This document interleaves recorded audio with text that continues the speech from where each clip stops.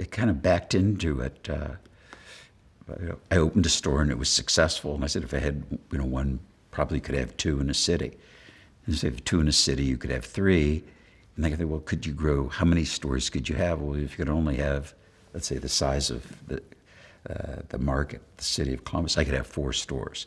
So I said, but if you went to 2 cities, you could have 8 stores. So I mean, that was the kind of the amateur, the 27-year-old or 26-year-old talking to himself. And I'd say, well, but people didn't have stores in multiple cities. Department stores were locally owned, specialty stores were locally owned. There were no regional or national businesses. So I thought, well, when we lived in Chicago, my dad would commute an hour from the north side to the south side to work every day. So it was an hour going and an hour coming. And I said, geez, I could open a store in Dayton. It's an hour to Dayton and an hour back. So and Dayton is kind of like Columbus. So if I lived in Chicago, I'd be commuting. So I'll just commute to Dayton. So that was the idea.